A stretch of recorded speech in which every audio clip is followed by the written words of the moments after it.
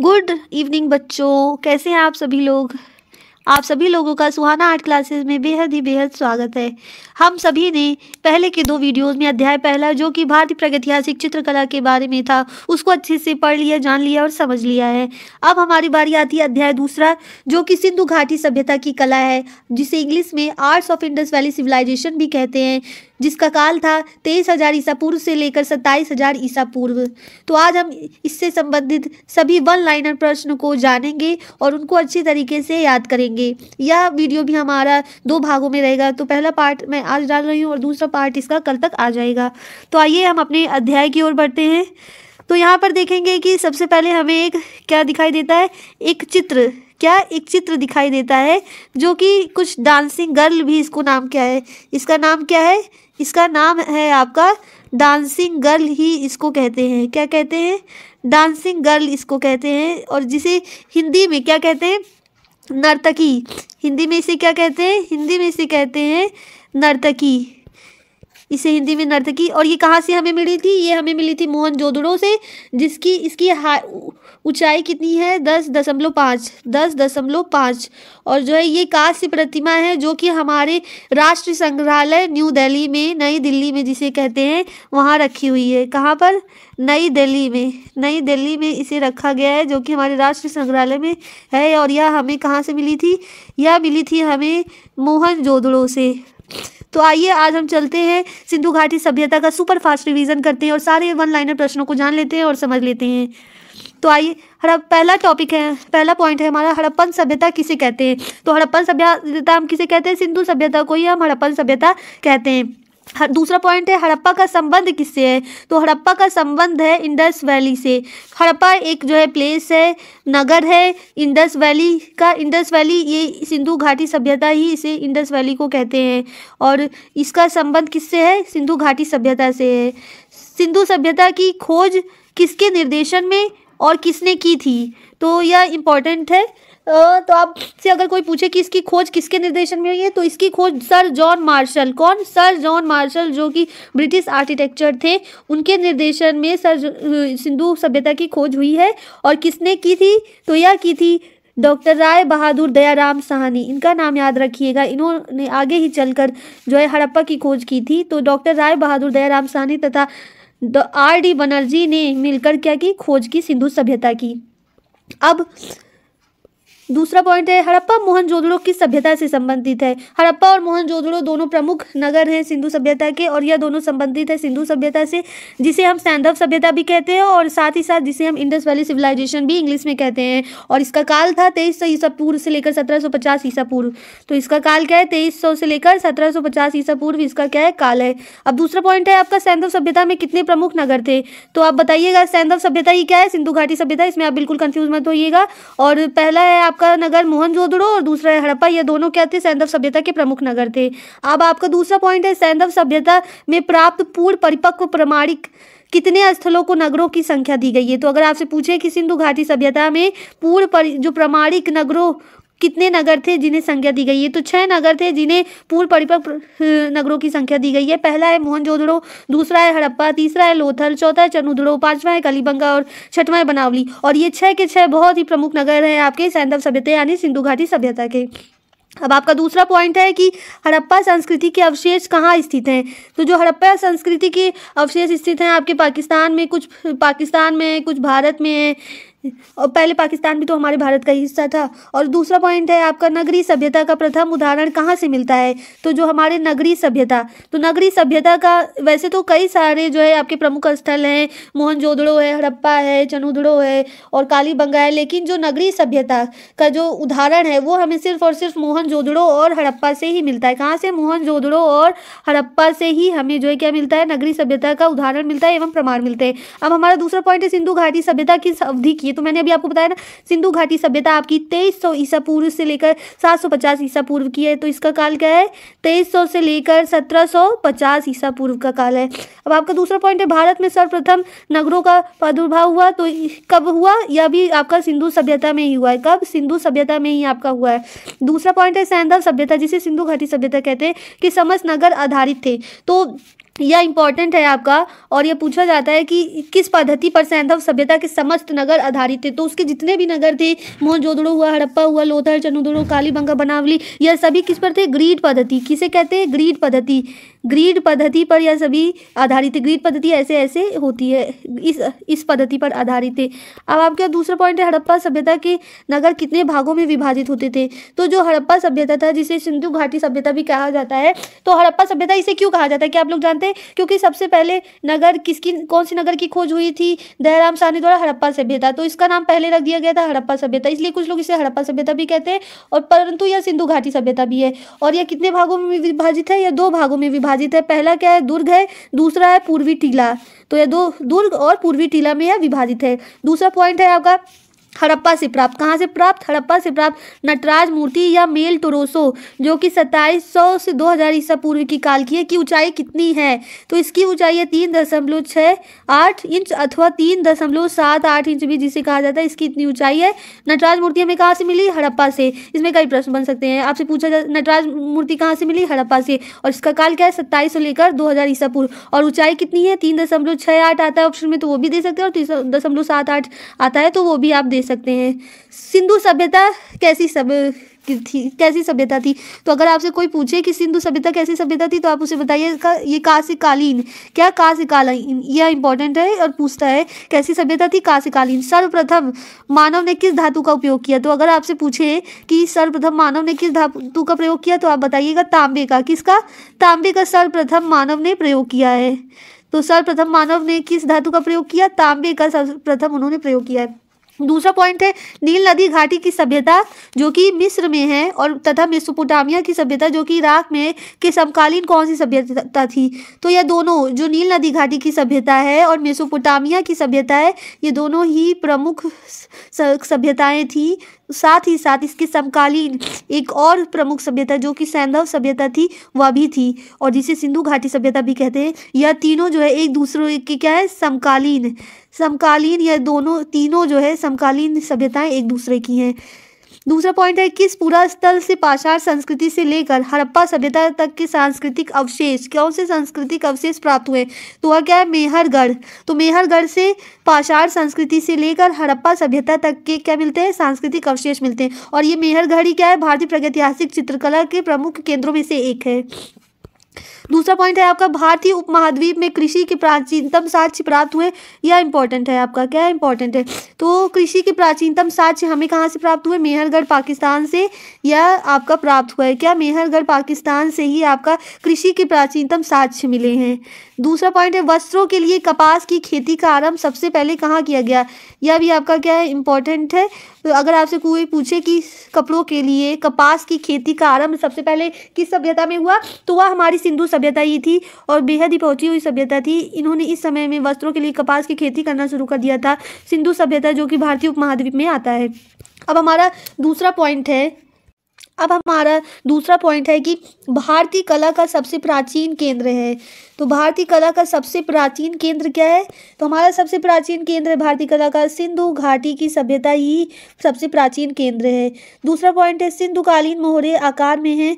तो यह भी क्या है? इंपॉर्टेंट है आपका। आपसे कोई पूछे कि सिंधुकालीन मोहरे किस आकार की है, तो आप बताइएगा चौकोर उत्कीर्ण गड्ढेदार। चौकोर उत्कीर्ण गड्ढेदार सिंधुकालीन मोहरों के क्या है? आकार हैं। ऐसे चौकोर इस तरह की उनकी क्या थी? मोहरे थी। इस प्रकार की उनकी मोहरे थी। अब आपका दूसरा पॉइंट है, हड़प्पा कालीन मोहरे किस आकार की हैं? तो अब वो तो बता दिया गया कि चौकोर थी। अब उनका आकार क्या था? 2.8 2.8 हर चारों तरफ से 2.8 सेमी का था वो। दूसरा पॉइंट है, हड़प्पा सभ्यता में किसकी उपासना सर्वाधिक प्रचलित थी? तो मातृ देवी। किसकी? मातृ देवी। और यहाँ से कई मूर्तियाँ ऐसी मिली है जिससे पता चलता है कि हड़प्पा सभ्यता जो कि सिंधु घाटी सभ्यता है, ये क्या था? मातृ सत्तात्मक था। और यहाँ पर सबसे ज़्यादा उपासना किसकी की जाती थी? तो यहाँ पर सबसे ज़्यादा इनकी मातृ देवी की उपासना की जाती थी। तो यह हो गया। और दूसरा पॉइंट है, हड़प्पा निवासी पूजा करते थे। यह भी इंपॉर्टेंट है। आपसे अगर कोई पूछ ले कि हड़प्पा के जो निवासी थे वो किसकी पूजा? पशुपति शिव की। या कुछ मूर्तियाँ भी मिली हैं और पशुपति शिव की ही ये क्या किया करते थे? पूजा किया करते थे, आराधना किया करते थे। अब दूसरा पॉइंट है आपका, सिंधुवासी किस वृक्ष की पूजा करते थे? यह भी इंपॉर्टेंट है आपका परीक्षा की दृष्टि से। वैसे तो जो जहाँ पर आपके प्रश्न इंपॉर्टेंट होंगे वहाँ आपको बता दूंगी कि ये इंपॉर्टेंट है। सिंधुवासी किस वृक्ष की पूजा करते थे? तो अब पीपल जिसे अथवा बरगद, जिसे पीपल और बरगद की ये क्या पूजा किया करते थे और आराधना पशुपति शिव जी की किया करते थे। दूसरा पॉइंट है हड़प्पा कालीन स्थलों में अभी तक किस धातु की प्राप्ति नहीं हुई है? तो यह इंपॉर्टेंट है, एग्जाम में आपसे ऐसे पूछ सकता है कि हड़प्पा कालीन स्थलों में अब तक इनमें से किन धातुओं की प्राप्ति नहीं हुई है। वहाँ पर कुछ ऑप्शन दे देगा, तांबा, लोहा, सोना, चांदी। तो वहाँ से आपको देना है क्या जवाब? लोहे की अभी तक प्राप्ति नहीं हुई है हड़प्पा सभ्यता से। इससे यह पता चलता है कि हड़प्पा सभ्यता वालों को लोहे की उस समय तक कोई भी जानकारी नहीं थी, वह ज़्यादातर प्रयोग तांबे को अपने दिनचर्या में लाते थे। दूसरा पॉइंट है सैंधव सभ्यता प्रसिद्ध है। तो सिंधु घाटी सभ्यता किस लिए प्रसिद्ध है? अपनी मूर्ति कला के लिए। अभी मैंने आपको ऊपर दिखाया था ना, जो कि मोहनजोदड़ो से नर्तकी द डांसिंग गर्ल मिली थी, जो कि राष्ट्रीय संग्रहालय नई दिल्ली में रखी हुई है। तो यह उसका जो है उचित उदाहरण है। वास्तुकला, वास्तुकला, अब उनके जितने भी नगर थे वो सब किस में थे? ग्रीड पद्धति पर आधारित थे। किस पे? ग्रीड पद्धति पर आधारित थे। और चित्रकला में भी के लिए भी वो प्रसिद्ध है, सभी के लिए। अब दूसरा पॉइंट है सैंधव सभ्यता प्रमुख रूप से प्रसिद्ध है। तो इसमें पूछा है कि प्रमुखता से किसके लिए प्रसिद्ध है? तो है वास्तुकला के लिए।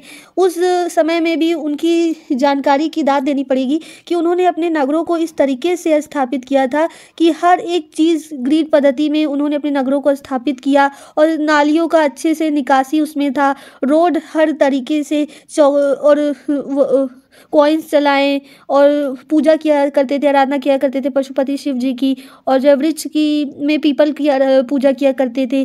तो कह सकते हैं कि उस समय की जो है बेहद ही समृद्ध जो है सभ्यता थी। क्या थी? सैंधव सभ्यता। अब हम दूसरे पॉइंट पे आते हैं। एक कांसे की बैलगाड़ी, क्या कांसे की बैलगाड़ी अथवा इक्का, जो कि राष्ट्रीय संग्रहालय नई दिल्ली में संग्रहित है, कहाँ से प्राप्त हुआ है? यह क्या है आपका? इंपॉर्टेंट है परीक्षा की दृष्टि से। तो आप बताइएगा। दायमाबाद, जो कि महाराष्ट्र में है। तो हमारे दायमाबाद से हमें जो है कांसे की बैलगाड़ी और क्या मिला है? इक्का जो है, अथवा इक्का, जो कि नई दिल्ली में अभी संग्रहित है, मिला है। दूसरा पॉइंट है सिंधु सभ्यता में परस्पर आलिंगन करते बंदरों का खिलौना, क्या खेलते आलिंगन करते बंदरों का खिलौना? कुतरती हुई मुद्रा में बैठी गिलहरी, एक दुबका हुआ मेढक किस सामग्री से बना है? तो चीनी मिट्टी का प्रयोग करके सिंधु सभ्यता में, सैंधव सभ्यता में इन सभी को बनाया गया है। बंदरों का खिलौना जो कि आलिंगन कर रहे थे, जो बैठी हुई गिलहरी जो कि कुछ कुतर रही थी, और एक दुबका हुआ मेढक, यह सभी किससे बनी है? चीनी मिट्टी से बनी हुई है। अब हमारा दूसरा पॉइंट है सिंधुकालीन पकी मिट्टी की मूर्तियों का निर्माण किस पद्धति से किया गया है? तो सिंधुकालीन पकी मिट्टी जो धूप में सुखा जो है रख कर उसको अच्छी तरीके से भट्टे पे गर्म करके की मूर्तियों का निर्माण किस पद्धति से किया गया है? तो मूर्तियों का निर्माण चिकोटी पद्धति। कौन सी? यह इंपॉर्टेंट है, अगर आपसे कोई पूछे तो बताइएगा। चिकोटी पद्धति में मूर्तियों का निर्माण पक्की मिट्टी से किया गया है। और दूसरा पॉइंट है सैंधव सभ्यता के मुख्य खाद्यान्न थे।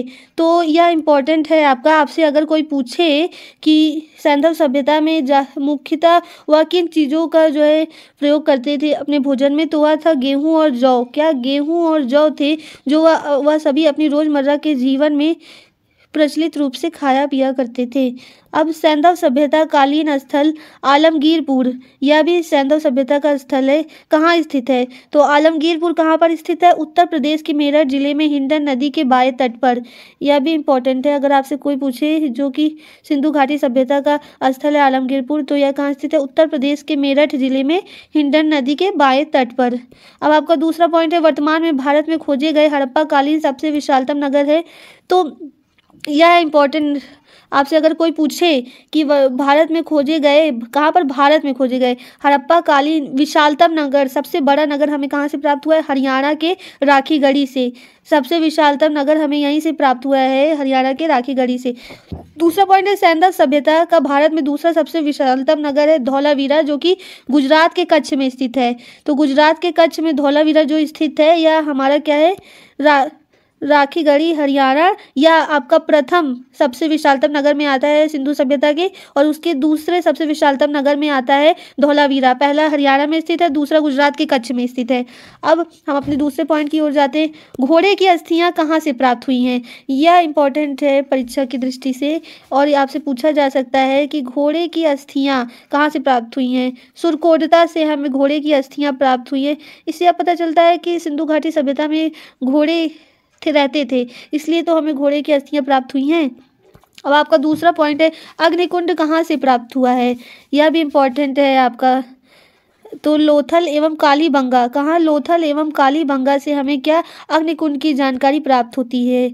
दूसरा पॉइंट है, हड़प्पा से प्राप्त एक श्रृंगी वृषभ सेलखड़ी कहाँ सुरक्षित है। तो हड़प्पा से हमें क्या प्राप्त हुआ है, एक सेलखड़ी, एक श्रृंगी वृषभ जिसे कहते हैं, यह हमारे नेशनल म्यूजियम नई दिल्ली में सुरक्षित करके रखा हुआ है। नेशनल म्यूजियम नई दिल्ली में इसको रखा गया है। दूसरा पॉइंट है आपका, मूर्ति पूजा का आरंभ माना जाता है। तो आप सभी सोच सकते हैं कि मूर्ति पूजा सबसे पहले कहाँ से आरंभ हुआ, तो वह भी कहाँ से आरंभ हुआ, हड़प्पा काल से, जो कि सिंधु घाटी सभ्यता काल है। यहाँ से हमें मूर्ति पूजा का क्या माना जाता है, आरंभ माना जाता है। सिंधु काल में मधुचिष्ट तिथि, लॉस्ट वैक्स कास्टिंग जिसे कहते हैं, का प्रयोग किस विधा में किया जाता था। अगर कोई आपसे पूछ ले कि लॉस्ट वैक्स कास्टिंग जिसे मधुचिष्ट विधि का प्रयोग धातु की मूर्ति बनाने में, किसकी, धातु की मूर्ति बनाने में इसका प्रयोग किया जाता था सिंधु काल में। अब आपका दूसरा पॉइंट है, हड़प्पा लिपि कैसी थी, यह भी इम्पोर्टेंट है आपका। अगर आपसे पूछ ले कि हड़प्पा लिपि कैसी थी, तो हड़प्पा लिपि थी चित्रात्मक, पिक्टोग्राफ, वह चित्रात्मक पिक्टोग्राफ ही क्या थी, हड़प्पा लिपि थी। और ये चित्रों का ज़्यादा से ज़्यादा प्रयोग किया करते थे अपने भावनाओं को जो है दर्शाने के लिए। हड़प्पा लिपि में कुल कितने अक्षरों का प्रयोग किया गया है, यह भी इम्पोर्टेंट है आपका। अगर आपसे कोई पूछे तो बताइएगा, 400 अक्षरों का प्रयोग हड़प्पा लिपि में क्या किया गया है, प्रयोग किया गया है। अब आपका दूसरा पॉइंट है कि सैंधव सभ्यता में अभिलेख युक्त मोहरें सर्वाधिक मिलती हैं। तो जो उनकी मोहरें थी, जो प्रयोग होती थी सिंधु घाटी सभ्यता में, तो उस पर अभिलेख कुछ लिखे हुए हैं। और सर्वाधिक अभिलेख जो मिलते हैं मोहरों पर, वो हमें कहाँ से मिलते हैं, वह मिलते हैं हमें हड़प्पा से, जो उनके प्रमुख नगरों में से एक है और नगरीय सभ्यता भी है। और दूसरा पॉइंट है आपका, सिंधु सभ्यता से प्राप्त मोहरों पर आकृतियाँ किस प्रकार निर्मित हैं। तो अगर आपसे कोई पूछे कि आकृतियाँ उसमें उभरी हुई हैं, कैसी उभरी हुई, ऐसे कह सकते हैं कि ऐसे उनका जो है मोहर था और उस पर ऐसे उभरी हुई आकृतियाँ उस पर जो है बनी हुई थी। और दूसरा आपका पॉइंट है, टेराकोटा फिगरीन किसे कहते हैं, यह भी इम्पोर्टेंट है आपका। आपसे कोई पूछे तो आप बताइएगा, मृण मूर्तिकाएं को ही क्या कहते हैं हम, टेराकोटा फिगरीन। टेराकोटा फिगरीन किसे कहते हैं, मृण मूर्तिकाओं को ही हम टेराकोटा फिगरीन कहते हैं। यह क्या है आपका, यह भी आपका इम्पोर्टेंट है। दूसरा पॉइंट है, मोहनजोदड़ो और हड़प्पा में पाई गई सीलें किस माध्यम में बनाई गई हैं। तो यह इम्पोर्टेंट है आपका। अगर आपसे पूछा जाए कि जो सीलों का प्रयोग किया जाता था जब एक सामान का दूसरे सामान, एक जगह से दूसरे जगह सामानों का आयात निर्यात किया जाता है, तो वहाँ पर सीलों का प्रयोग किया जाता था। तो वह पूछा गया किस माध्यम में बनाई गई हैं, तो सर्वाधिक सेल खड़ी, तत्पश्चात टेराकोटा से। तो सबसे पहले सेल घड़ी का सबसे ज़्यादा प्रयोग हुआ है, उसके बाद टेराकोटा का प्रयोग किया गया है सीलों को बनाने में, जो कि कहाँ पे यह सील कहाँ पाई गई है, मोहनजोदड़ो और हड़प्पा से, जो कि आपकी क्या है, नगरीय सभ्यता।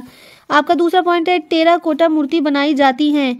टेराकोटा मूर्ति आपकी पक्की मिट्टी से बनाई जाती है। पक्की मिट्टी मतलब जो कि धूप में उसको जो है कुछ समय तक पका कर जो बनाई जाती हैं, उसी को पक्की मिट्टी से टेराकोटा मूर्ति बनाई गई हैं। दूसरा पॉइंट है, तांबे से बने 424 यंत्रों के उदाहरण प्राप्त होते हैं। तो यह मध्य प्रदेश के गुंजेरिया से प्राप्त होते हैं। यह भी आपका क्या इंपॉर्टेंट है, आपसे पूछ सकता है। तांबे से पहली बात कितने यंत्र मिले हैं हमें, 424, और इसके उदाहरण कहाँ से मिले हैं, मध्य प्रदेश के गुंजेरिया क्षेत्र से हमें इसके उदाहरण मिलते हैं। अब आपका दूसरा पॉइंट है, सिंधु सभ्यता के लोग परिचित नहीं थे। अब आपसे कोई एग्जाम में पूछ ले कि परीक्षा में आ जाए कि सिंधु सभ्यता के लोग किससे परिचित नहीं थे, उसमें पूछेगा तो कई ऑप्शन दे देगा, तो उसमें से आप बताइएगा तलवार, जो तलवार है उससे ये सभी परिचित नहीं थे। और किस चीज़ से परिचित नहीं थे, जो लोहा है उससे भी ये सब परिचित नहीं थे उस समय तक। और दूसरा पॉइंट है, हड़प्पा सभ्यता की सर्वोत्तम कलाकृतियाँ क्या हैं, तो उनकी सर्वोत्तम कलाकृति क्या है, उनकी मोहरें, जो कि हमें मोहनजोदड़ो और हड़प्पा से मिली हैं। और इन पे कैसे चित्र बने हैं, उभरी हुई निर्मित, इसके ऊपर अभिलेख लिखे गए हैं। अब आपका दूसरा पॉइंट है, भवनों के निर्माण में पक्की ईंटों का प्रयोग मिलता है। तो यहाँ आप देख सकते हैं कि ये लोग कितने ज़्यादा उस समय जो है टेक्नोलॉजीज़ को जानते थे कि भवनों के निर्माण में पकी ईंटों का उस समय में प्रयोग किया करते थे। और सबसे पहले भवनों के निर्माण का प्रयोग हमें कहाँ से मिलता है? सैंधव सभ्यता से, जो कि हमारी सिंधु घाटी सभ्यता भी है। अब आपका दूसरा पॉइंट है, सैंधव सभ्यता में चित्रकला संबंधी सर्वाधिक जानकारी मिलती है तो लाल रंग के बर्तनों पर की गई चित्रकारी से। तो हमें कैसे पता चलेगा कि सैंधव सभ्यता में चित्रकला होती थी? तो इसकी जानकारी हमें किससे मिलती है? जो लाल रंग के बर्तन हुआ करते थे उस पर वह चित्रकारी किया करते थे, और इसकी सर्वाधिक चित्रकारी इन्हीं पर की गई है कि लाल रंग के बर्तनों पर। अब आपका दूसरा पॉइंट है, सैंधव सभ्यता से प्राप्त पात्रों पर चित्रकारी किस रंग से की गई है? तो जो पात्र हमें सैंधव सभ्यता से मिली है उस पर चित्रकारी काले रंग से की गई है। किस रंग से? काले रंग से। कोई आपसे पूछे तो बताइएगा, काले रंगों से इस पर चित्रकारी की गई है। अब यहाँ पर आपका जितना भी सारा जरूरी वन लाइनर क्वेश्चन बन सकते थे उन सभी के बारे में मैंने आपको बता दिया है और समझा दिया है। यहाँ पर आप सभी का जो है क्लास ख़त्म होता है। आप सभी लोग अपनी पढ़ाई करते रहिए, और कोई भी डाउट हो उसको कमेंट बॉक्स में लिख दीजिएगा, हम ज़रूर उसका रिप्लाई करने का कोशिश करेंगे। और अगर मेरे एक्सप्लेनेशन में कोई गलती हो गई हो तो मुझे माफ़ कर दीजिएगा, और thank you very much. And मेरे चैनल को लाइक भी कीजिएगा, सब्सक्राइब भी कीजिएगा और शेयर भी कीजिएगा। Thank you.